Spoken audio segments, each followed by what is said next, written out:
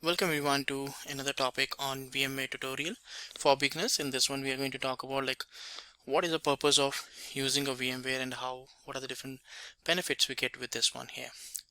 So we will be talking about what is a VMware all about, then VMware and virtualization, and the benefits and the introduction to hypervisor.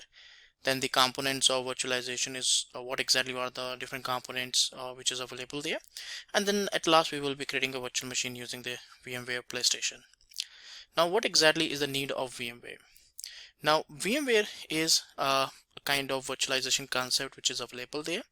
So let's try to understand it with a small story over here, so that we will be able to get a good understanding about what is the overall purpose of using a VMware here. Now before the virtual machines or the VMware, I can use the terminology as in virtualization, virtual machines, VMware. They all are pointing to the same point.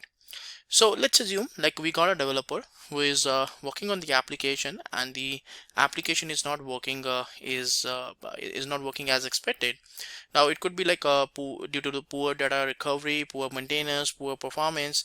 So the overall benefits or the overall quality of the product which we are expecting is not coming up over here. Now after the VMware, what really happened over here is we got certain solutions. You can use the virtual machines to host your applications. The maintenance becomes a little bit more easy and a little bit less cost effective. So we got reduced operating cost. We got increased IT productivity, efficiency and agility there. So we are trying to see how exactly we are performing the executions, we are performing the setup here. So we also got a faster provisioning of applications. So that also something we are getting over here when we talk about from the VMware. So these are some couple of benefits which we get as a solution, a complete full-fledged solution from the VMware here. So these are the some solutions which we are talking about from the VMware perspective, and it also helps us to go for a greater business continuity there, because it helps us to provide high available virtual machines. In case an existing virtual machine gets deleted, we can get a new one spinned up within just minutes of time duration.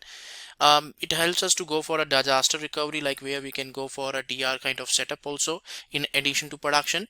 And it also helps us to go for an easy management of the data center. That's the biggest benefit, because usually we have so many servers, so many infrastructure there. So if we really want to resolve, if we really want to maintain the things in a much easier way, then VMware or virtualization is a scope for that. Right. So what is the relationship between the VMware and the virtualization here? Now, in simple terms, VMware is something which we can call it as an virtualization software. This is something which we can use as an virtualizer over here. So virtualization software is something which generates a kind of a virtual environment just on top of a physical infrastructure. The main focus of the virtualization is to see how we can create a virtual set of resources by consuming or by using the existing resources, the existing physical resources. So in case of virtualization, we can make use of the elements like RAM, memory, storage, and these can be actually converted into the virtual resources.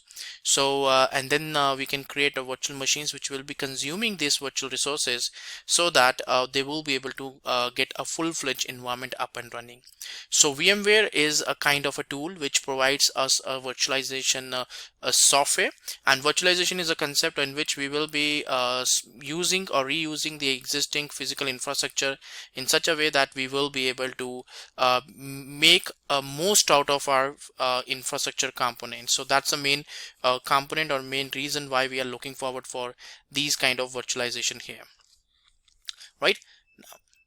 So what exactly is a hypervisor here? Now hypervisor, we talked about the VMware, we talked about virtualization. Now hypervisor is a kind of tool. It's a kind of a management tool which is available to manage the virtual machines here. The main focus of hypervisor is to manage like how the virtual machine can be done, right? So that's the main focus of a particular hypervisor here. And if we talk about the mechanisms, like how hypervisor is really going on there, so that's where we will be able to also understand that this is something which can take up the request from the virtual machines and then send it to the host operating system or to the physical infrastructure. So it acts like an intermediate between the host operating system and the virtual machine. So as per this diagram, you can see like we got this virtual machine 1, virtual machine 2, and virtual machine 3. In virtual machine 1, you have the applications, you have the binaries, you have the libraries, you even have a guest operating system. In machine 2, you also have the application, binaries, guest operating system. Third also is having the same thing. Now we also have a hypervisor in between the physical infrastructure and the virtual environment, which actually helps us as a kind of a layer, which will be doing the collaboration between how exactly these communication will be performed and the overall communication or the to and fro request can be processed over here in this case. So this is something which we will be really going to see, like how the overall setup and the overall modifications can be really performed here. So that's one of the mechanism which is available there, like how we are going for this specific approach over here, right? So virtual machine is a very important component because the hypervisor is going to manage the virtual machine only. And what we have into a virtual machine, so we basically have a full-fledged environment. You can talk about like in that you have a guest operating system, you can have an application running, libraries, whatever things you want to store, you want to uh, deploy over there, you can actually do it. So that's something we can easily get it over here with the help of this component. So virtual machine is something which is really helping you to see like how you can deploy a certain resources onto this one, right? So it's a kind of a virtual environment. So if we deploy it into a physical machine or physical server, then we call it as a kind of physical machine or server. But right now it's actually deployed onto a virtualization or a virtual environment. That's why we call it as an virtual machines, because it's not physically available. It's present as an onto a virtual machine here, right? And whatever applications you feel, application, binaries, libraries, whatever those components you want to deploy, you can actually get those things deployed as such on this one. So that's the main benefit which you get over here, that with the help of these components or with the help of these virtual machines, you can host a lot of binaries and a lot of softwares, applications as such on this one. So it could be like you can use these three virtual machines as a different environment. So a single server you have split up into three environments. Machine 1, you can use it as a kind of a dev environment. Machine 2, you can use it like a test environment, and machine 3, you can use it like a prod environment or a pre-prod. So this really helps you to have most out of your infrastructure.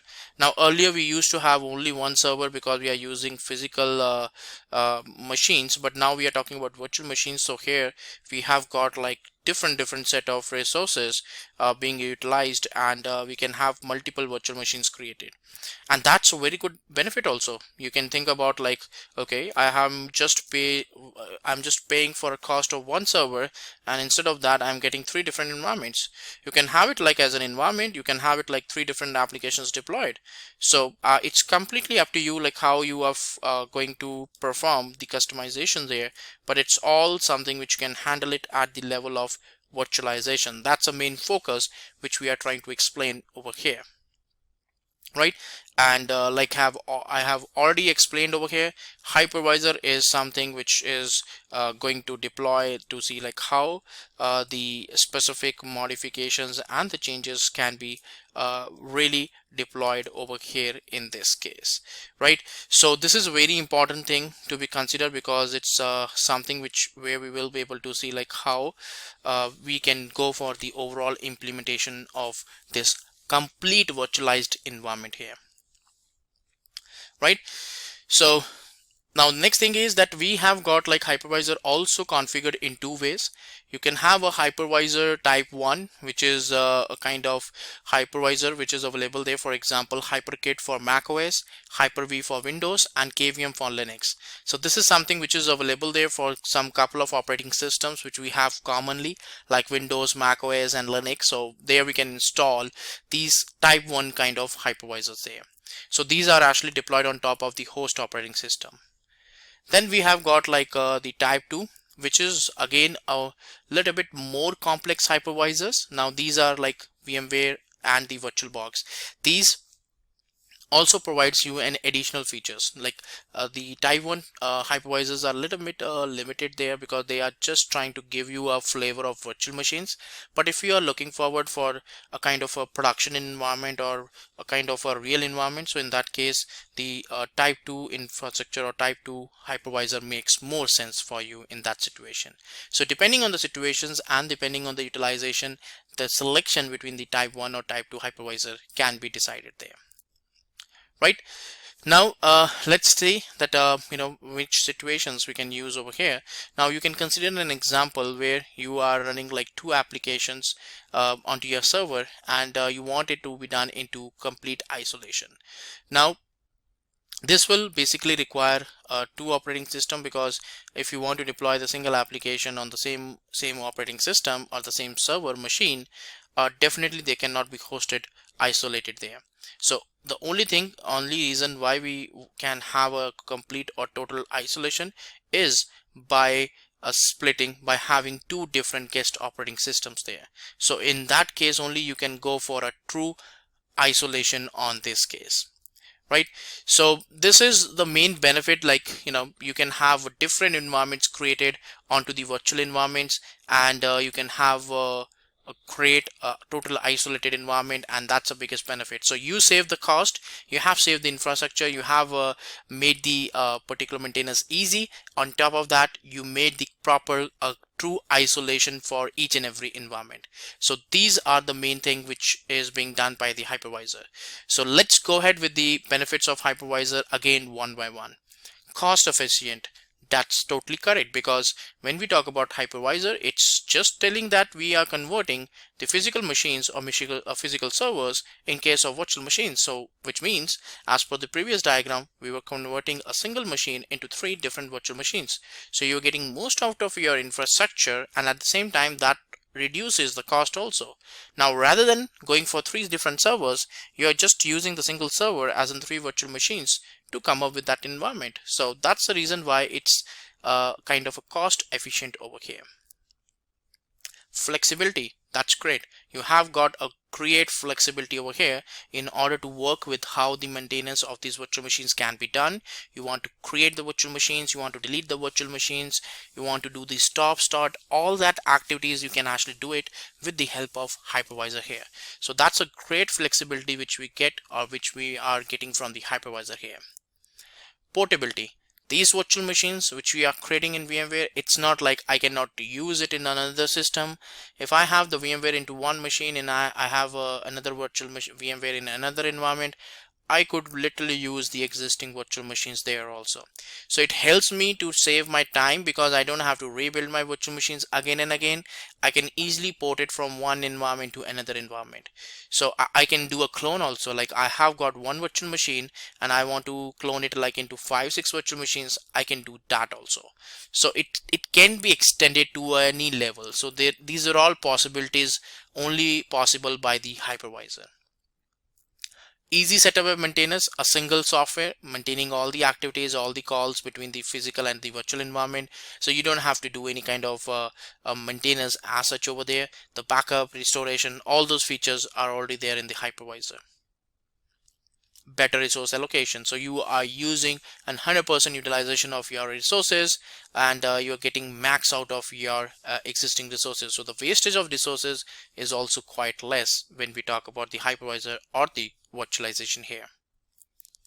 Now, what are the different components which we get with the virtualization? Like how exactly the virtualization gets into the work? So we have got like 3 components: CPU, memory, and storage.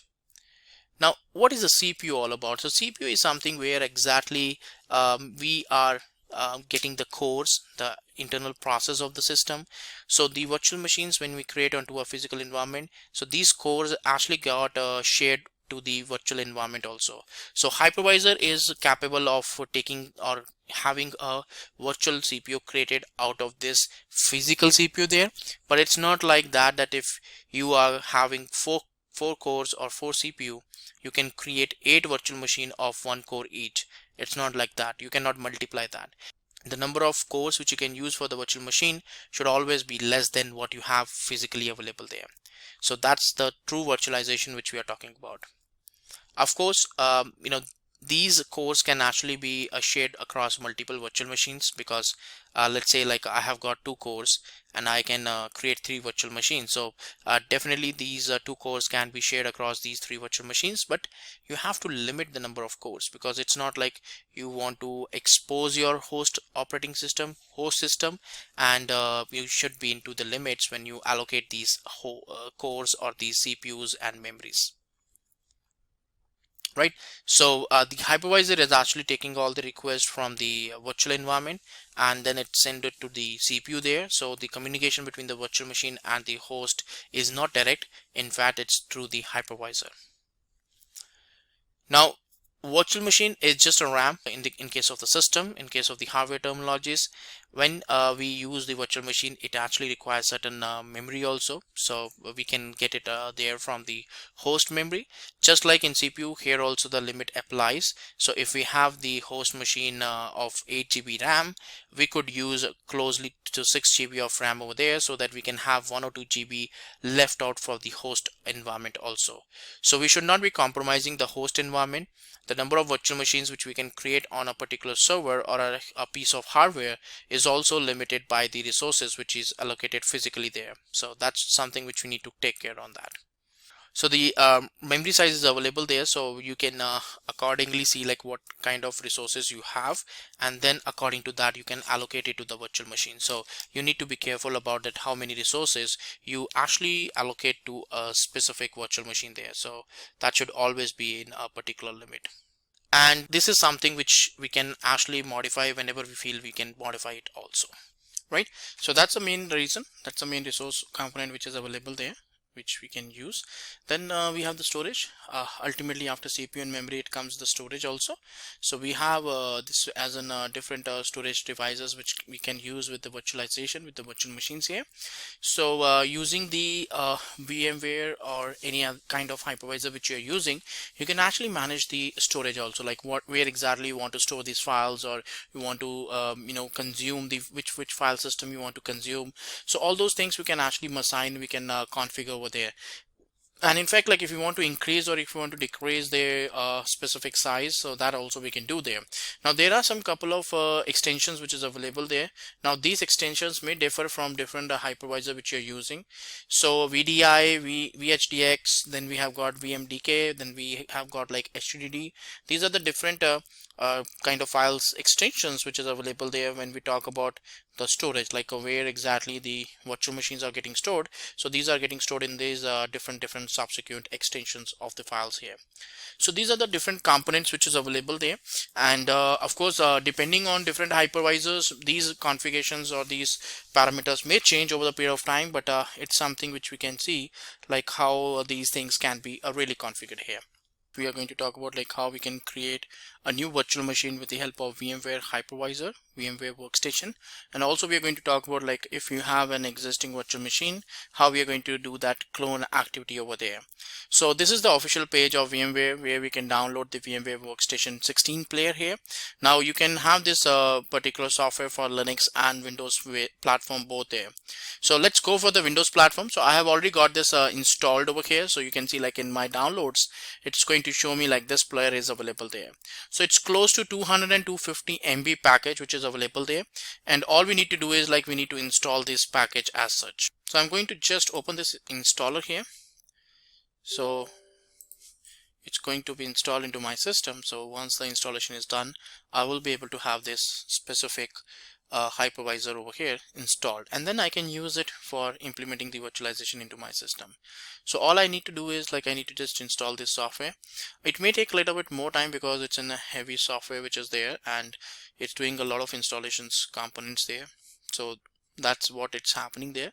And apart from the installation over here, in this case, like apart from installing this particular hypervisor of VMware software, virtualization software, I also have to go ahead with the installation of an ISO image and a kind of image file I require, whatever operating system. Like if you want to go for a Windows operating system deployment, or you want to go for Ubuntu, Linux, any kind of platform, if you feel like you want to install, so in that case you have to actually go ahead with the particular installer. So that is something which we are looking forward, and we are trying to see like how we can download that ISO image. If it's Windows, you can download it from Windows website. If it is of Ubuntu, CentOS, anywhere you can do it. So what I'm going to do is, like, I'm going to download a specific small kind of tiny Linux over here, which will be very easy for us to do the installation. I could easily go for Ubuntu and those kind of ISO or image files also, but they will take like a lot of time for us to do it. And for this demo purpose, we can start with the tiny Linux, and we can go for that customized operating system. But when we actually require the implementation, when we feel like we want to go for a real implementation, at that moment of time we can go for the image like Ubuntu and all that stuff. But it's all the same only. The kind of setup which you are looking forward, it's all the same only. So my installer is done for the particular VMware. So let's see like how we can download the ESC file. So I can go for an installer, like I can download the image file for my tiny Linux. So now I'm going to download the tiny Linux ISO file. So this is the website which is available there. Now the tiny core Linux, micro Linux, there are different names which is available there, right? So you have multiple links which is available there from which you can actually download it, right? So it's a very small compressed version which is available there, so you can just download it, right? And this is the official page which is there for tiny core Linux. This is the distributor link which is available from where you can download this one. So let's go ahead and let's download this ISO file. So core, tiny core, core plus, there are different kind of images which is there. So I'm just going for the tiny core Linux over here. It's just a kind of version which is available there, which is having a little bit in like medium level of executables available. So that's what I'm going to download. So it's actually there. You can see like it's having a size of 20 MB alone. That's the only size which is available there. So which means like we will be able to easily download it and get it onboarded onto our virtual machine here. So let's open the VMware meanwhile, so that I can go for the basic configurations when I want to do that. So let's go with that. So I have opened the Workstation 16 player. So I'm going for the free non-commercial use over here. Otherwise, if you have a license, you can go with that. I'm just going for this login here. So this is the application which comes up over here, right? So let me maximize it.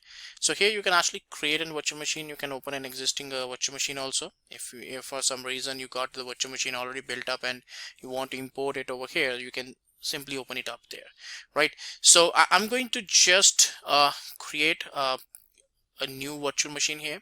Very simple options. Go to the player, then file, and the new virtual machine here. Now in this case you just have to provide the ISO image. So I have already downloaded now, so I can just go with the particular downloads option over here, the tiny core. This is the ISO image which is available there.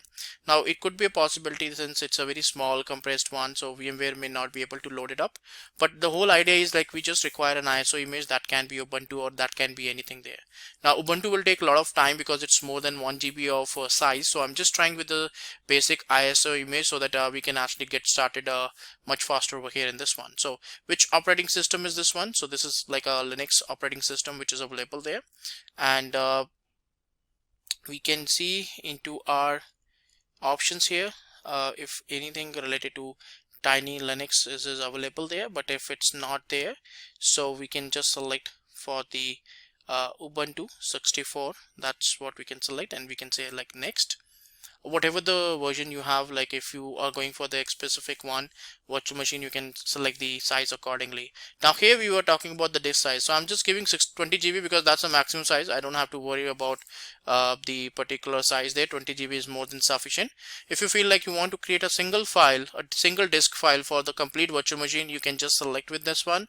If you want to split it in multiple files so that it would be easy for you to it provides a better efficiency, and if in future you want to transfer the files from one system to another, that will also be much easier.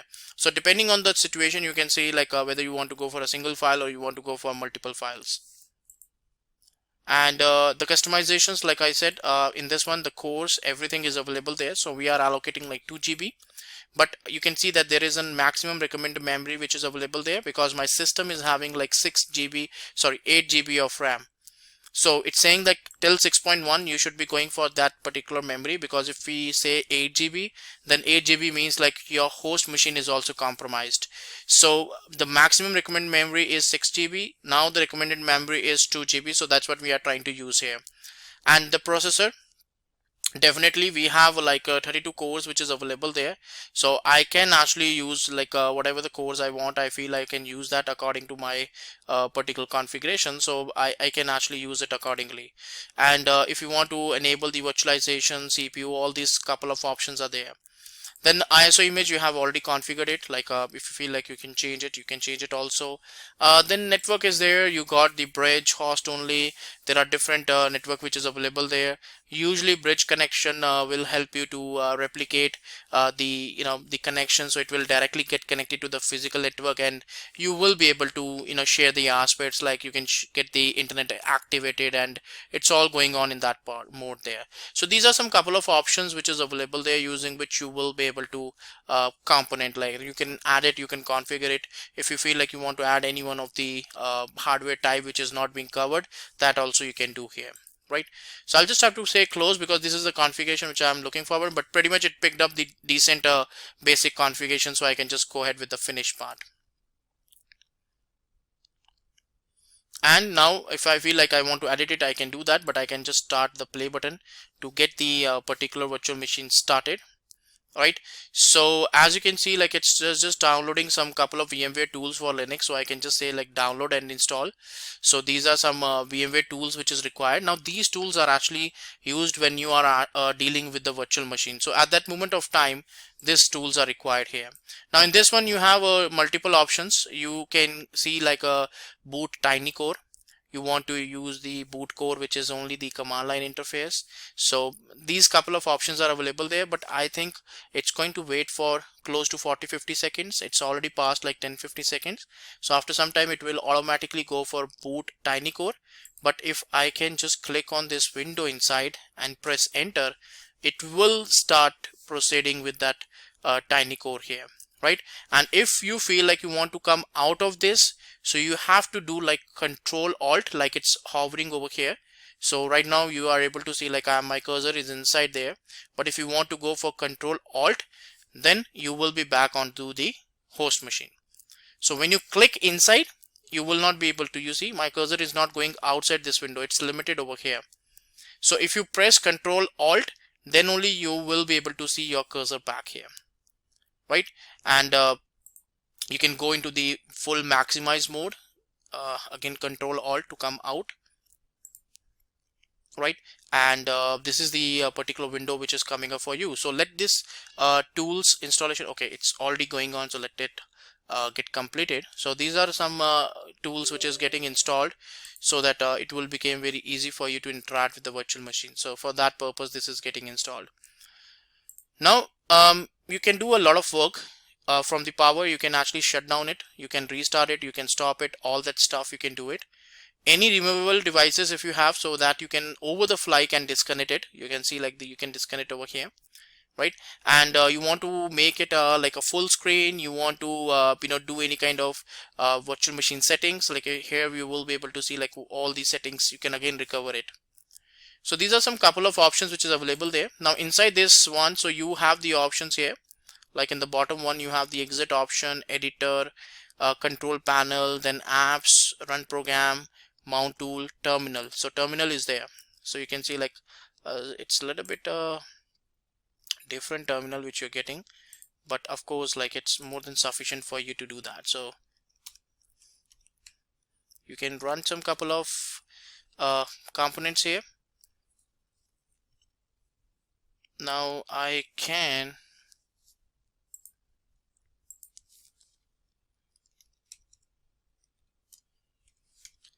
now the output is very small here because of this particular one, but it's actually being used, like it's using a specific size of the file system which is being allocated to this one, and this is where my operating system is basically being used over here in this case, right? So that's how the commands are going to work. It's going to execute some couple of commands, some executions, some commands may not be available there, so you may have to execute that. So that's how it happens over there, right? Now if I have to come out, Control Alt same, and I'll just go here, say that let me stop it up so I can just shut down this virtual machine here. And once this is done, so I have to open the VMware player again to get it on there. So this is what we have got over here in this one. This is a kind of virtual machine which is available there. So again, I can edit the configurations, processor, hard disk, everything is available there, right? So if you see, there's a very important aspect about this one, that the maximum size which is being allocated is 20 GB. Now it's not like the complete 20 GB is being allocated.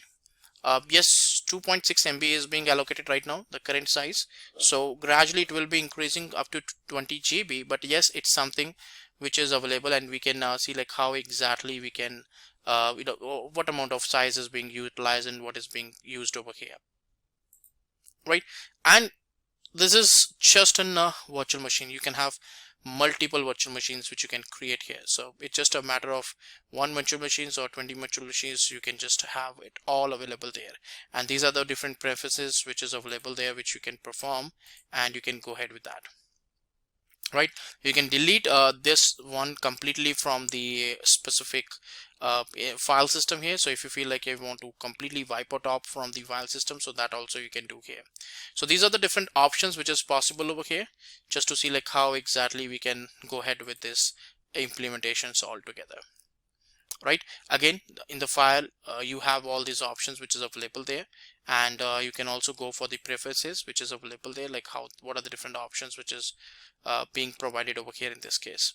So that's a mechanism how exactly we work with the virtual machines creations. We can manage it, and we can get it implemented all together, right? So that was all about the specific virtualization and virtual machine, how we can make use of these components as such. So that's it for this, guys. Thanks.